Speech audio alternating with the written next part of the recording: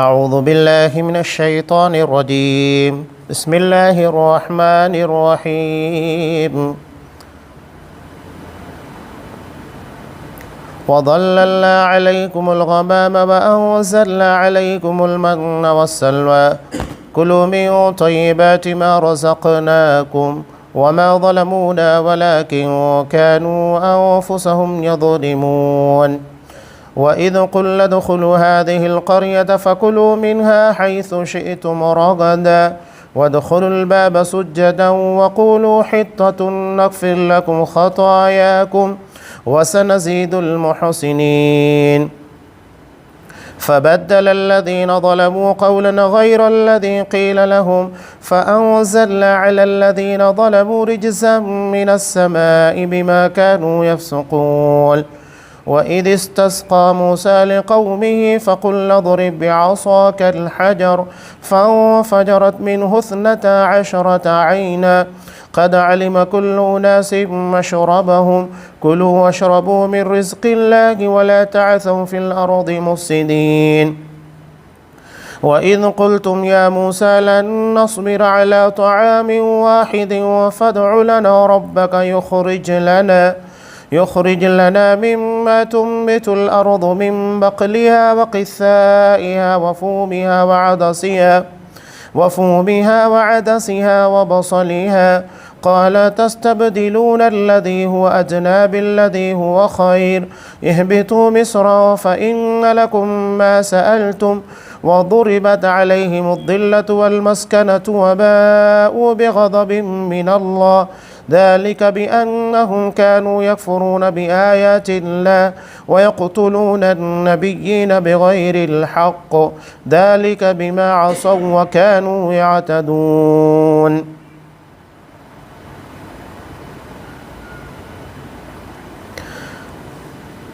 اور ہم نے تم پر بادل کا سایہ کیا اور تم پر من سلوہ اتارا اور کہہ دیا کہ ہماری دی ہوئی پاکیزہ چیزیں کھاؤ، اور انہوں نے ہم پر ظلم نہیں کیا، البتہ وہ خود اپنی جانوں پر ظلم کرتے تھے. اور ہم نے تم سے کہا کہ اس بستی میں جاؤ اور جو کچھ جہاں کہیں سے چاہو با فراغت کھاؤ پیو، اور دروازے میں سجدہ کرتے ہوئے گزرو، اور زبان سے کہو ہم تمہاری خطائیں معاف کر دیں گے اور نیکی کرنے والوں کو اور زیادہ دیں گے. پھر ان ظالموں نے اس بات کو جو ان سے کہی گئی تھی بدل ڈالی. ہم نے بھی ان ظالموں پر ان کے فسق اور نافرمانی کی وجہ سے آسمانی عذاب نازل کیا. جب موسیٰ علیہ السلام نے اپنی قوم کے لیے پانی مانگا تو ہم نے کہا اپنی لاٹھی پتھر پر مارو، جس سے 12 چشمے پھوٹ نکلے، اور ہر گروہ نے اپنا چشمہ پہچان لیا. اور ہم نے کہہ دیا کہ اللہ تعالیٰ کا رزق کھاؤ پیو اور زمین میں فساد نہ کرتے پھرو. اور جب تم نے کہا اے موسیٰ ہم سے ایک ہی قسم کے کھانے پر ہرگز صبر نہ ہو سکے گا، اس لیے اپنے رب سے دعا کیجئے کہ ہمیں زمین کی پیداوار ساگ، ککڑی، گیہوں، مسور اور پیاز دے. آپ نے فرمایا بہتر چیز کے بدلے ادنا چیز کیوں طلب کرتے ہو؟ اچھا شہر میں جاؤ، وہاں تمہاری چاہت کی یہ سب چیزیں ملیں گی. ان پر ذلت اور مسکینی ڈال دی گئی اور اللہ کا غضب لے کر وہ لوٹے.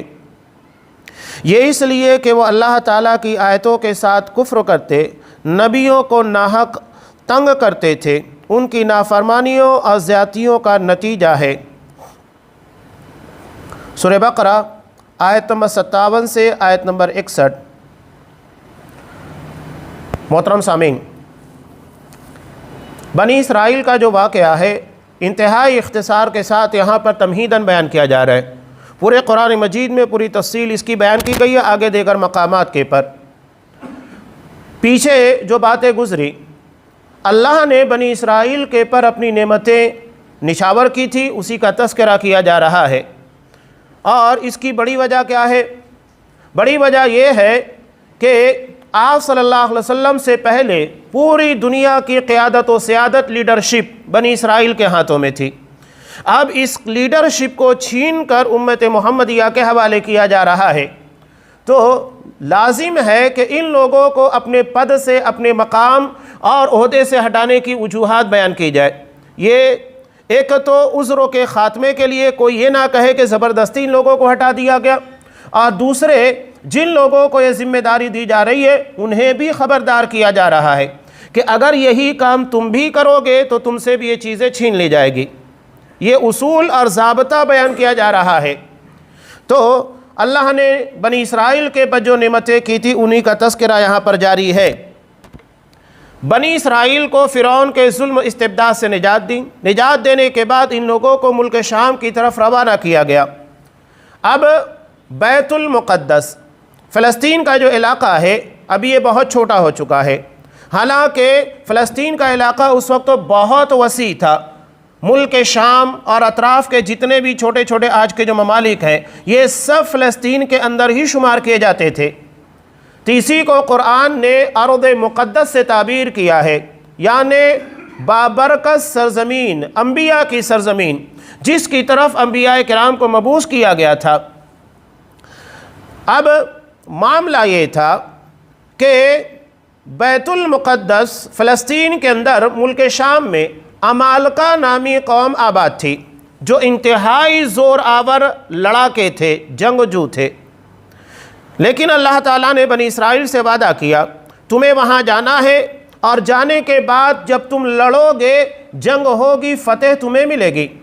لیکن یہ ماننے کو تیار نہیں ہوئے، بلکہ یہاں تک کہ کہا جیسا کہ سورہ مائدہ میں اللہ نے بیان کیا، جب حضرت موسیٰ علیہ السلام نے کہا کہ اللہ حکم دے رہا ہے کہ ان لوگوں سے جہاد کیا جائے، تو ان لوگوں نے کیا کہا؟ اذهب انت وربک فقاتلا انا ہاہنا قاعدون، جاؤ تم اور تمہارا رب لڑو، جب فتح مل جائے گی ہمیں خبر دینا، یہاں ہم بیٹھے ہوئے ہیں انتظار میں، ہم اس کے بعد ملک کے اندر، شہر کے اندر انٹری کریں گے۔ یہ ان لوگوں کی نالائکی تھی، شرارت تھی۔ اب اللہ جب یہ وعدہ کر رہا ہے کہ تمہیں فتح ملے گی، اس سے بڑا وعدہ کیا ہوتا ہے؟ وَمَنْ أَصْدَقُ مِنَ اللَّهِ حَدِيثًا، اللہ سے بڑھ کر سچی بات کہنے والا کون ہو سکتا ہے؟ لیکن اس کے باوجود یہ وہاں نہیں گئے۔ احسان اللہ یاد دلا رہا ہے کہ بنی اسرائیل اللہ نے جنہیں آزادی عطا کی تو ان لوگوں نے شکرانے کے بجائے شرک کا راستہ اختیار کیا۔ شرک کا راستہ کیا تھا؟ شرک کا راستہ یہ تھا کہ انہوں نے ایک بچھڑے کو بنایا، سامری نامی شخص نے، اس میں ایک سوراخ تھا، اب ہوا ادھر سے گزرا کرتی تھی تو اس میں آواز آتی، لوگ سمجھنے لگے کہ یہی ہمارا رب ہے۔ لوگ کہنے لگے کہ حضرت موسیٰ علیہ السلام یہ کوہ طور کے پر اللہ کی تلاش میں اور اللہ سے شریعت لینے گئے ہیں، جبکہ رب تو یہاں ہے، اور لوگ ان کی عبادت کرنے لگ گئے۔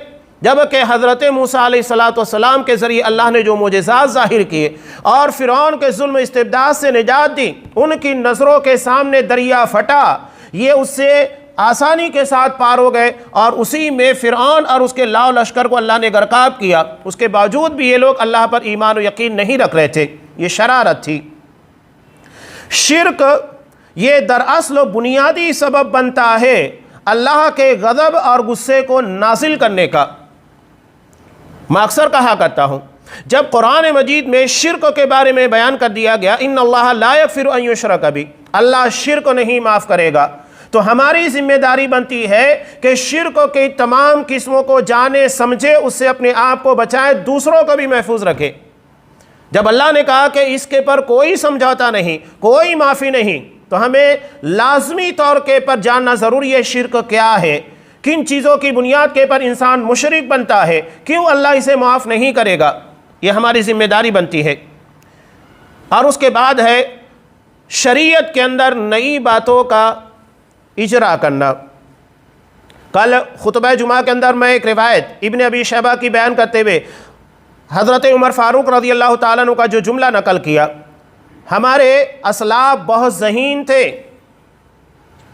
نبی کریم صلی اللہ علیہ وسلم کے زمانے میں کوئی زلزلہ نہیں آیا، سب سے پہلا زلزلہ حضرت عمر فاروق رضی اللہ تعالیٰ عنہ کے زمانے میں آیا، جیسا کہ حضرت صفیہ رضی اللہ تعالیٰ عنہ بیان کرتی ہے۔ شدید اتنا تھا کہ پلنگ آپس میں ٹکرانے لگ گئے، تو حضرت عمر فاروق رضی اللہ تعالیٰ عنہ نے صرف چند جملے کہے تھے، انہوں نے کہا کہ تم نے دین کے اندر نئی باتیں ایجاد کر لی ہیں، جو شریعت اللہ نے اتاری تھی وہ اپنی جگہ پر محفوظ نہیں ہے، تم نے لقد اجلتم معاملات میں جلد بازی کی ہے، اللہ کے دین کے پر جیسے قائم رہنا چاہیے تھا نہیں رہے، اور یہ اسی بنیاد کے پر اللہ کی طرف سے عذاب نازل ہوا ہے۔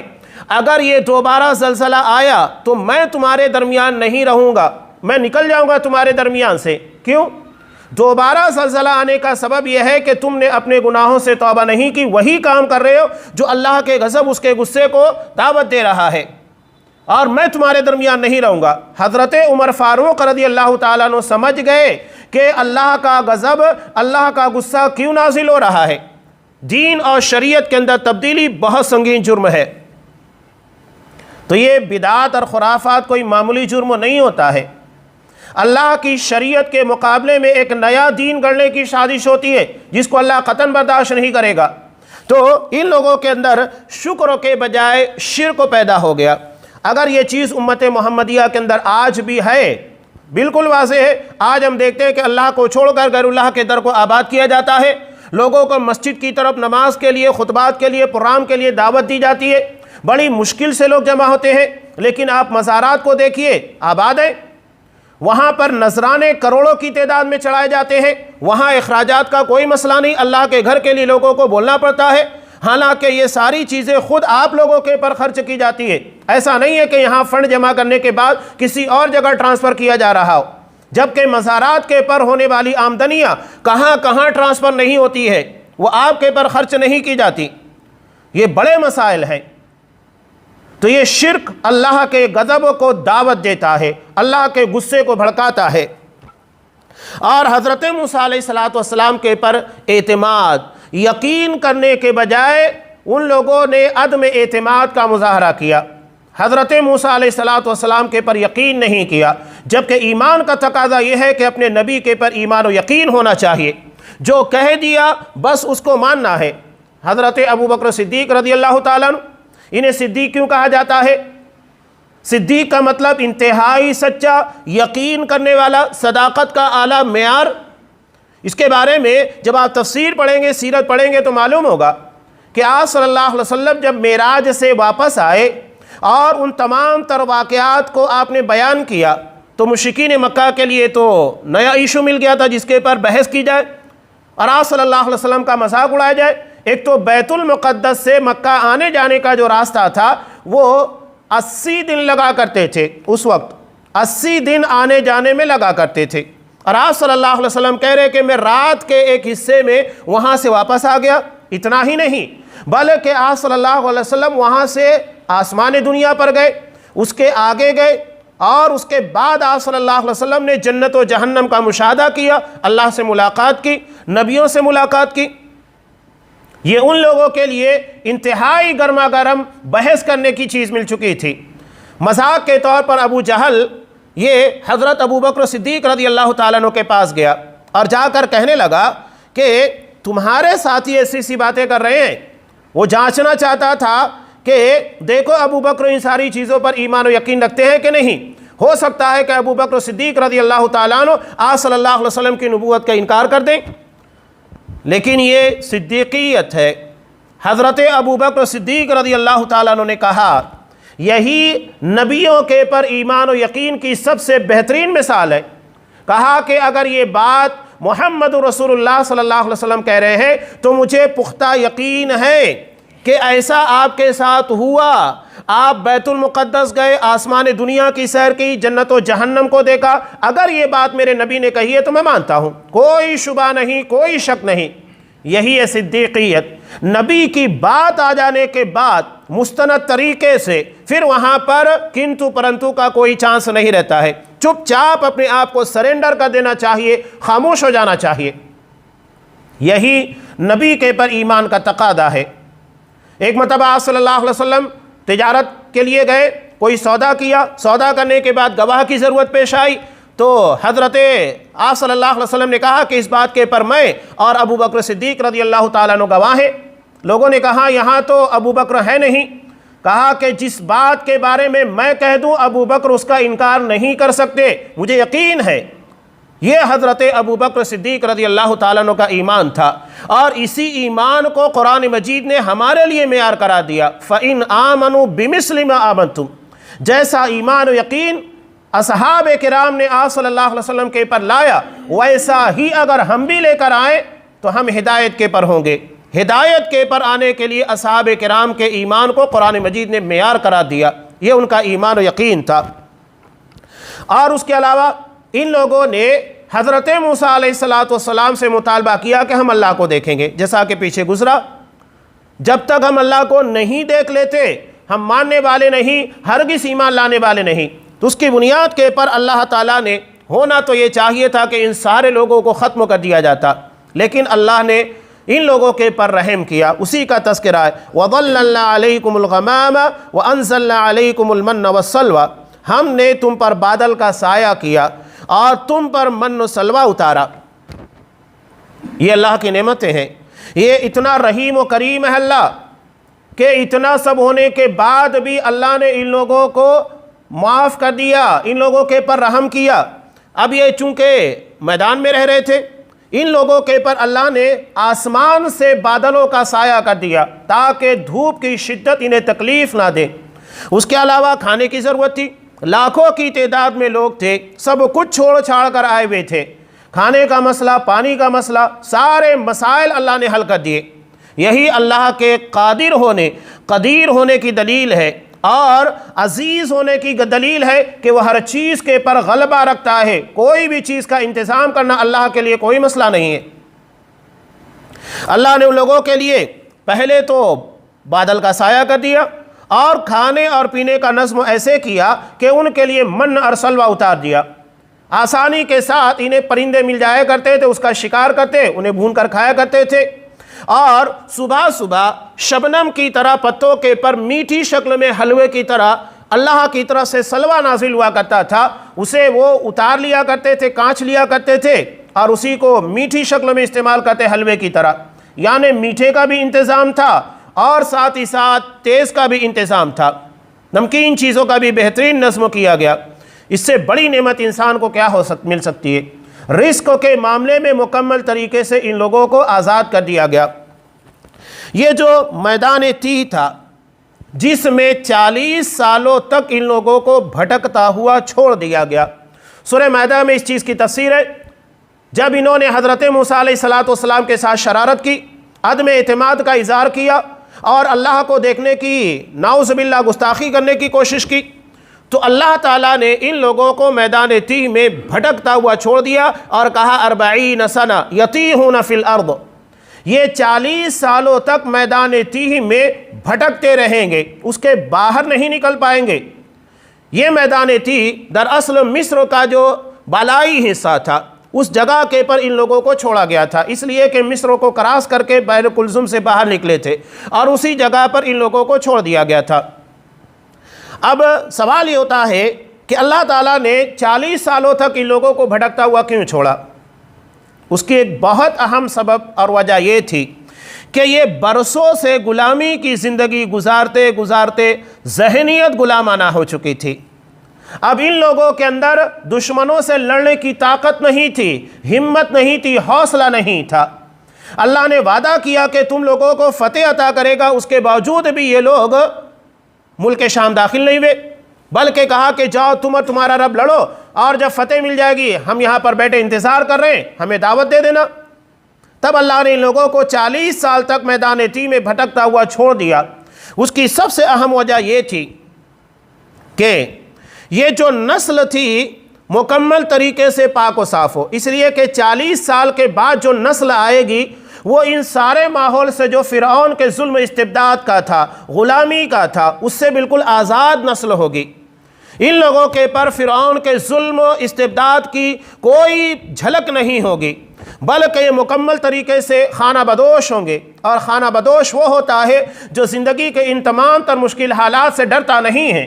تو اللہ نے 40 سال اس لیے ان لوگوں کو چھوڑ دیا کہ ایک نئی نسل آئے، اور یہ نئی نسل جا کر دشمنوں سے لڑے اور اللہ ان لوگوں کو فتح عطا کرے۔ اور ایسا ہی ہوا، 40 سال کے بعد جب ایک نئی نسل آ چکی، جو کہ اس طرح کی غلامی کی ذہنیت سے بالکل پاک و صاف تھی، میدان تیہ کے اندر تھی۔ اس کے بعد نتیجہ کیا نکلا؟ یہ لوگ گئے اور اللہ کے حکموں کے مطابق ان لوگوں کو فتح ملی اور ملک شام کے پر یہ قابض ہو کر حاکم کے طور کے پر رہنا شروع کر دیے۔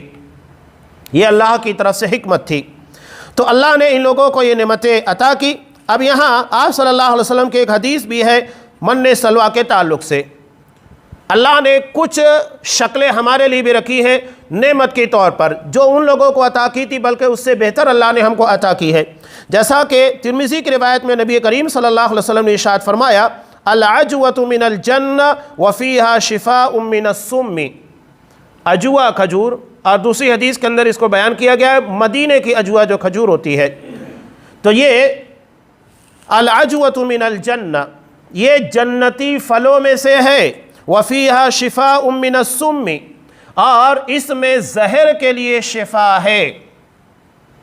پیچھے ویکسین کا ایک مسئلہ چل رہا تھا، تو ایک بہت اہم بات یہ بھی آئی تھی کہ کچھ لوگوں کو ڈاؤٹ تھا، اور اللہ بہتر جانتا ہے کہ حقیقت کیا ہے، کہ انسان کے لیے صحت کے اعتبار سے مضر ہے، اور اگر مجبوراً لگانا ہی پڑ جائے تو اس کے لیے ایک بہترین شکل ڈاکٹر عبید مدنی رحم اللہ حفیظ اللہ نے بیان کی تھی کہ آپ صلی اللہ علیہ وسلم کی بخاری کی روایت ہے کہ جو شخص مدینے کی 7 عجوہ کھجور نہار منہ کھائے گا تو دن بھر کے لیے اس کے پر زہر کا جادو کا اثر نہیں ہوگا۔ یہ آپ صلی اللہ علیہ وسلم کی حدیث ہے اور بخاری کی ہے، تو اس کی صحت میں سوال بھی نہیں ہوتا ہے۔ تو اگر کسی کو مجبوراً اس طرح کا کوئی ویکسین والا معاملہ پیش بھی آ جائے تو اس کے لیے بہتر یہ ہے کہ وہ 7 عجوہ کھجوریں کھا لے، اس کے بعد لگا لے۔ اگر اس میں زہر یا بالفرض ریئیکشن کرنے والی کوئی چیز ہو بھی گی تو وہ اس کے اثر کی وجہ سے اثر انداز نہیں ہو پائے گی، اپنا غلط نتیجہ ظاہر نہیں کر پائے گی۔ یا صلی اللہ علیہ وسلم کی حدیث زہر کا بھی توڑ ہے اور ساتھ ہی ساتھ جادو کا بھی۔ یہ تو آپ نے بیان کر دیا، اصحاب اکرام نے سن لیا، مان لیا۔ آج جدید دور ہے، لوگوں نے اس کے پر ریسرچ کیا تو پتہ چلا کہ اس کے کھانے کے بعد انسانی باڈی کے اطراف میں ایسی لہریں جاری ہو جاتی ہے 24 گھنٹے کے لیے کہ اس کے پر باہر سے کوئی چیز اٹیک نہیں کر پاتی اور اندر سے بھی اس کے پر زہر کا اثر نہیں ہوتا۔ ہمارے لیے تو نبی کی حدیث اہمیت رکھتی ہے۔ یہ سائنس ٹیکنالوجی نہ تو اصحاب کرام کے زمانے میں تھی اور نہ اسلاف کرام کے زمانے میں، ہمارے زمانے میں ہے۔ تو ہمارا ایمان ٹیکنالوجی کے پر نہیں، نبی کی حدیث کے پر ہے۔ آپ نے فرما دیا، وہ ہمارے لیے اہمیت رکھتا ہے۔ کوئی ریسرچ ہمارے نزدیک کوئی اہمیت نہیں رکھتا، یہ صرف ہم بطور تصدیق کے بیان کر رہے ہیں کہ آج اللہ نے خود کہا تھا سنریہم آیاتنا فی الآفاق وفی انفسہم، ہم اسلام کی سچائی اور اس کی صداقت کی دلیلیں آفاق میں بکھیر دیں گے، دکھائیں گے لوگوں کو، یہاں تک کہ لوگوں کو یقین آ جائے کہ اسلام ہی پر حق ہے۔ اور وہ وقت دھیرے دھیرے آ رہا ہے، اس کے بعد بھی اگر کوئی نہیں مانتا ہے یہ اس کی اپنی بدبختی ہے۔ اس کے بعد آپ صلی اللہ علیہ وسلم نے کہا وَالْقَمْأَةُ مِنَ الْمَنِّ وَمَاؤُهَا شِفَاءٌ لِلْعَيْنِ، کہ کھمبی یہ ایک پھل ہوتا ہے جو ہمارے علاقے میں شاید نہ پایا جائے، عرب کے علاقے کے اندر ہے، ترجمے کے اندر اس کو کھمبی ہی کہا جاتا ہے کہ کھمبی جو ہے وَالْقَمْأَةُ مِنَ الْمَنِّ یہ من سے ہے، یعنی جو بنی اسرائیل کو عطا کیا گیا تھا، اور اس کا پانی آنکھوں کے لیے شفا کا باعث ہے۔ یعنی جن لوگوں کو آنکھوں میں تکلیف ہے یا تو آنکھوں کی کوئی بیماری ہے تو اسے استعمال کرے، یہ شفا یابی کا ذریعہ ہوگا۔ یہ نبی کریم صلی اللہ علیہ وسلم کی حدیث ہے۔ اب مسئلہ یہ ہے کہ یہ کھمبی کیا ہے؟ حقیقت تو یہ کہ میں بھی نہیں جانتا۔ یہ عرب کے علاقے کا آپ صلی اللہ علیہ وسلم نے بیان کیا، ممکن ہے کہ ادھر پایا جانے والا کوئی درخت ہوگا یا کوئی پودا ہوگا جس کی جانب آپ صلی اللہ علیہ وسلم نے یہاں پر بیان کیا ہے۔ تو یہ امت محمدیہ کو بھی عطا کی گئی اسی شکل میں۔ اب آگے اللہ تبارک و تعالیٰ نے ان لوگوں سے کہا تھا وَإِذْ قُلْنَا ادْخُلُوا هَٰذِهِ الْقَرْيَةَ، جب اللہ نے فتح عطا کی، فتح عطا کرنے کے بعد ملک شام کے پر کہا کہ اس میں داخل ہو جاؤ، اور داخل ہوتے وقت تو سجدے کی حالت میں، یعنی اپنے آپ کو سجدہ ریز کرتے ہوئے اور یہ کہتے ہوئے وَقُولُوا حِطَّةٌ، کہ اللہ ہماری خطا اور ہمارے گناہوں کو معاف فرما دے، تو ہم تمہارے گناہوں کو معاف کر دیں گے اور احسان کرنے والوں کو مزید عطا کریں گے۔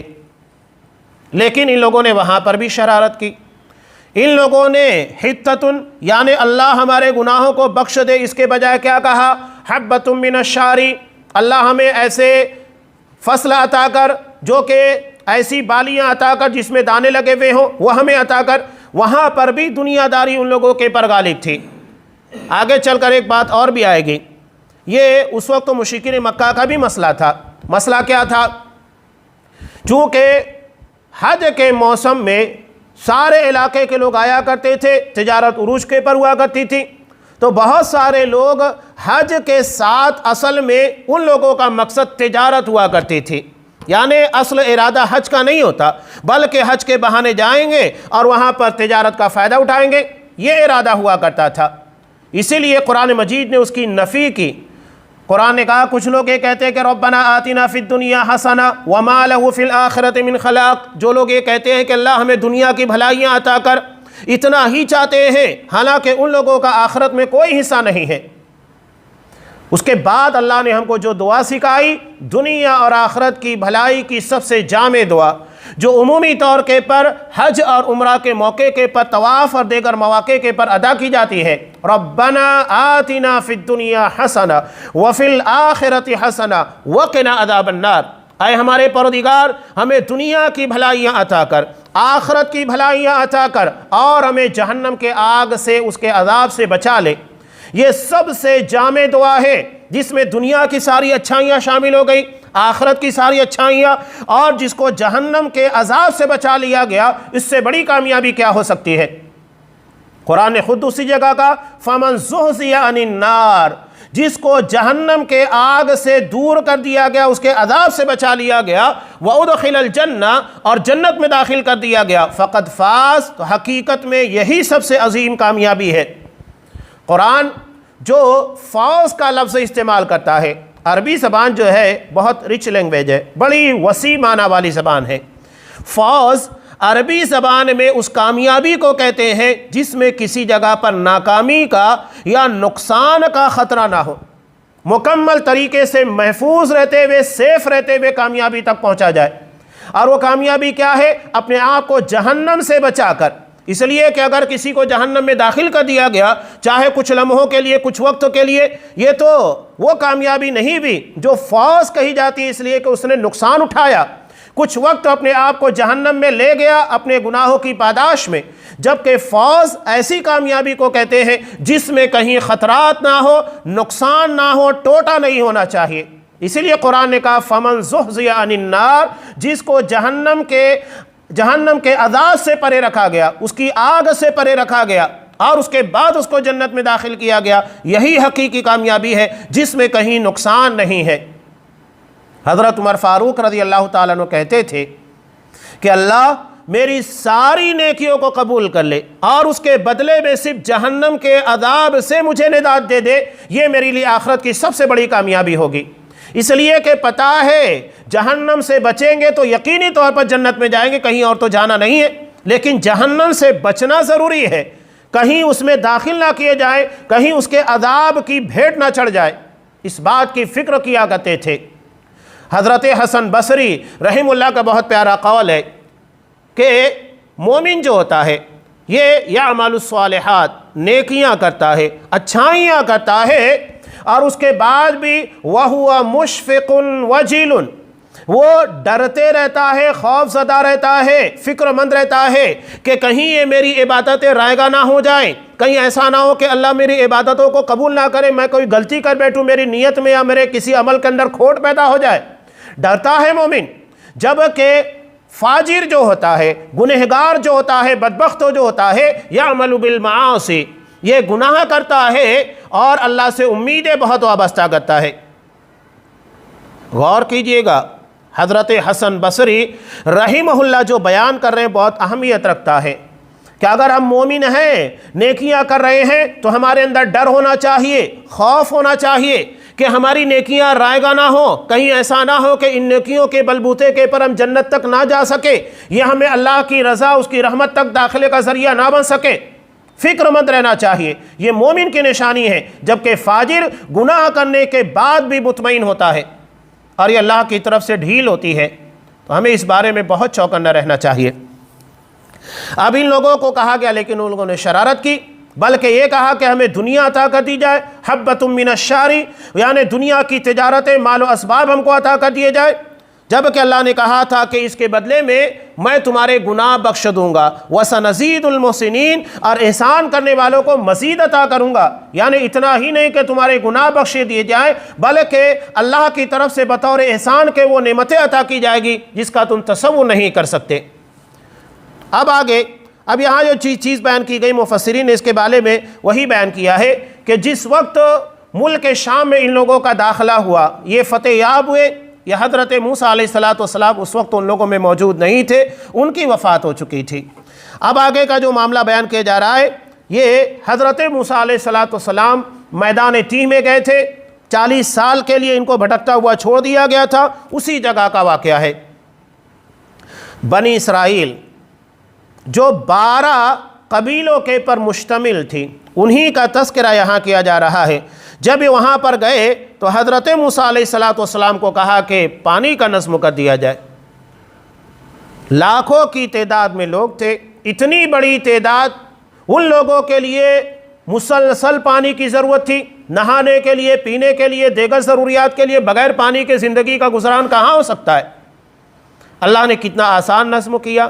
حضرت موسیٰ علیہ السلام کو کہا کہ اضرب بعصاک الحجر، پتھر کے پر اپنی عصا، اپنی لاٹھی کو مار دو۔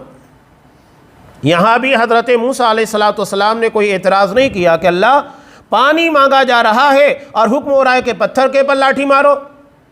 یہی اللہ پر اعتماد و یقین ہے کہ اللہ جب کہہ رہا ہے چپ چاپ اس کے پر عمل کرنا چاہیے، وہاں اپنی عقلیات اور اپنی رائے کو آگے نہیں کرنا چاہیے۔ ایسا کیسے ہوگا؟ نہیں، اللہ کا حکم آ گیا، چپ چاپ اس کے پر عمل کیا جائے۔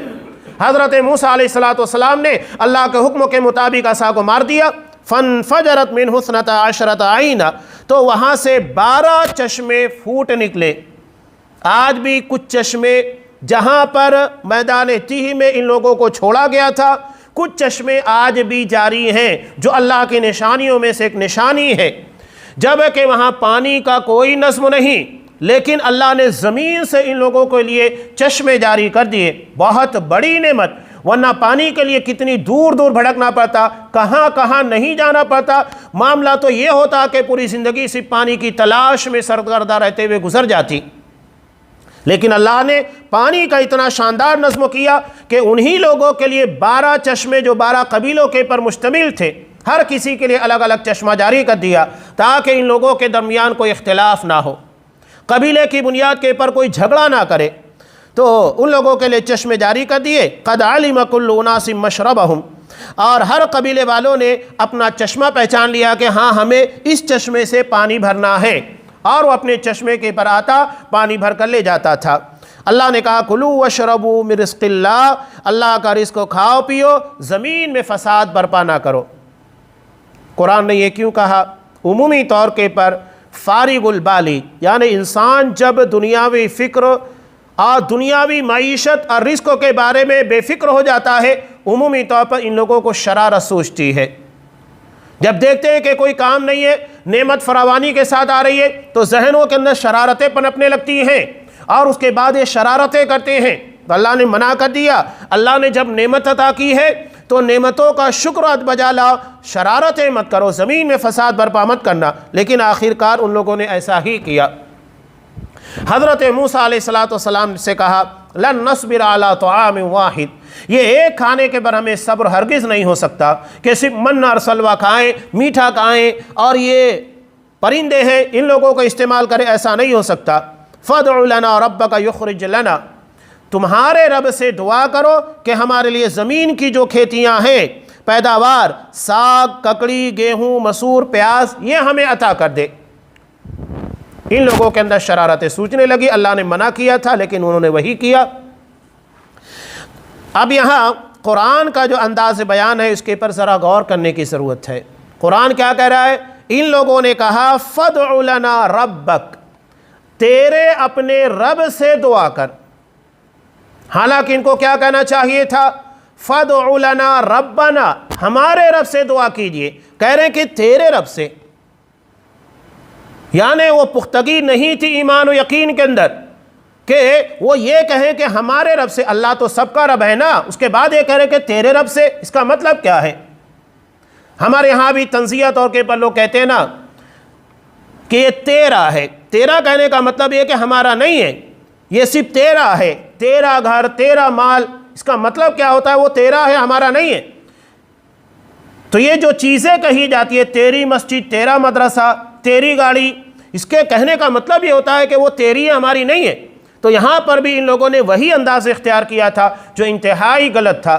حضرت موسیٰ علیہ السلام نے کہا اتستبدلون الذی هو ادنی بالذی هو خیر، کہ تم ایک بہتر چیز کے بدلے میں ادنا چیزوں کا مطالبہ کر رہے ہو۔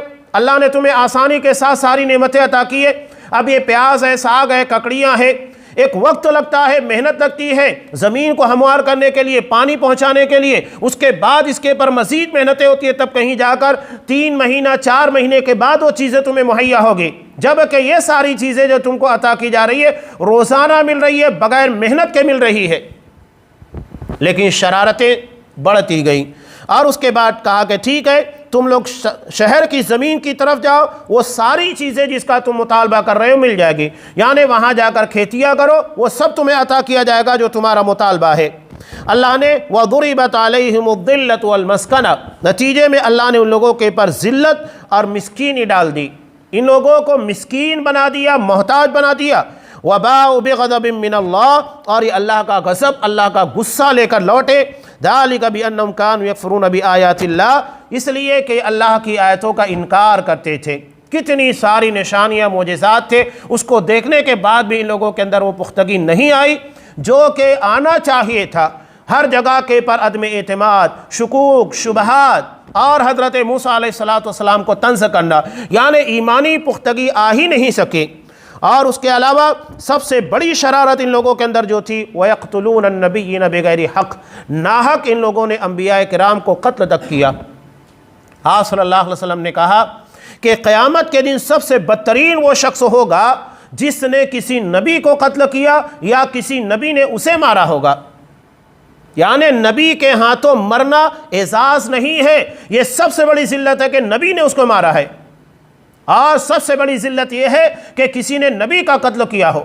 یہ قیامت کے دن کے بدترین لوگوں میں ہوں گے۔ ذَلِكَ بِمَا عَصَوا وَكَانُوا يَعْتَدُونَ، یہ ایسا اس لیے ہے کہ ان کی نافرمانیوں اور زیادتیوں کے سبب ان لوگوں کو ایسا کیا گیا۔ آگے انہی لوگوں کے تعلق سے کچھ اہم باتیں اور بھی ہیں جو آئے گی انشاءاللہ ان لوگوں کی شرارتوں کے تذکرے میں۔ اور اس کے بعد سورہ بقرہ کی جو تھیم ہے، یعنی جس کے پر سورہ کا نام رکھا گیا ہے بقرہ گائے، اس کے تناظر میں جو واقعہ ہے بہت اہم واقعہ ہے، اس کی تفصیل انشاءاللہ آئندہ درسوں میں آپ کے سامنے پیش کی جائے گی، جس میں بنی اسرائیل کے اندر پائی جانے والی خرابیاں وہ آپ کے سامنے آئے گی، عقیدے کی، معاملات کی۔ یہ قرآن مجید سب بیان کر رہا ہے کہ ان ساری چیزوں کو سمجھ لو، یہ تمہارے اندر نہیں ہونا چاہیے، اگر تمہارے اندر ہوئی تو جس طرح ان لوگوں کو آزمائش میں ڈالا گیا ہمیں بھی ڈالا جائے گا۔ اللہ کا قانون ہر کسی کے لیے یکساں ہے، ایسا نہیں ہے کہ اللہ انہیں گناہوں کی پاداش میں سزا دے گا اور اگر وہی گناہ ہم کریں گے تو اللہ ہمیں نظر انداز کرے گا، ایسا نہیں ہے۔ ہر کسی کے لیے قانون فطرت اللہ نے یکساں بنا کر رکھا ہے۔ اللہ تبارک و تعالیٰ سے دعا ہے کہ پروردگار ہمیں ان تمام واقعات سے سبق لینے کی توفیق دے، اس لیے کہ قرآن کہتا ہے ان فی ذلک لعبرۃ لأولی الابصار، غور و فکر کرنے والوں کے لیے نشانی ہے، عبرت ہے۔ اللہ ان واقعات کے ذریعے عبرت لینے کی توفیق دے، وہ خامیاں، وہ خرابیاں جس کی بنیاد کے پر تیری ناراضگی اور تیرا غصہ ہم پر نازل ہوتا ہے، ان تمام اعمال سے ہماری حفاظت فرما، ایسے اعمال کی توفیق دے جو تیرا شکر و بجا لانے والے ہو اور تیرے احسان میں مزید اضافے کا ذریعہ بن سکے، تیری رحمتوں اور تیرے برکتوں کے نزول کا ذریعہ بن سکے۔ آمین۔ وآخر دعوانا ان الحمد للہ رب العالمین۔